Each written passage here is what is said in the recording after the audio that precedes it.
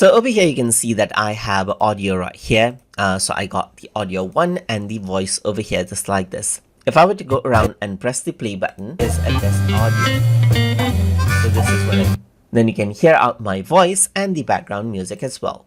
But if you want to go around and decrease down the background music volume, then you can use this yellow line right here to decrease out the volume right here, just like this. So decrease out the volume.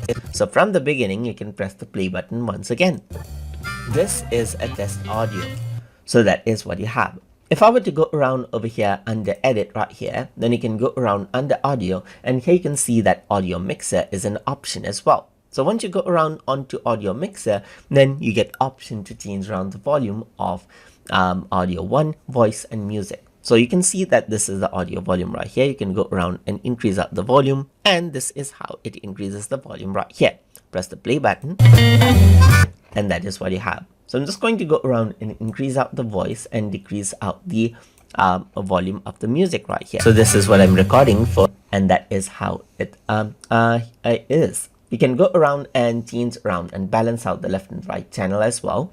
So let's say, for example, if I were to select only left channel right here, this is a test audio. It just comes up from the left channel. Then you can get the music to the right channel as well. Audio.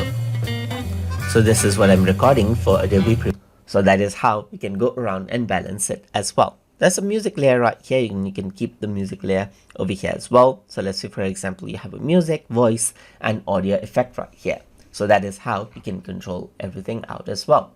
And that is how you can control out audio by using Audio Mixer inside of Adobe Premiere Elements. So hope you guys learned something as always.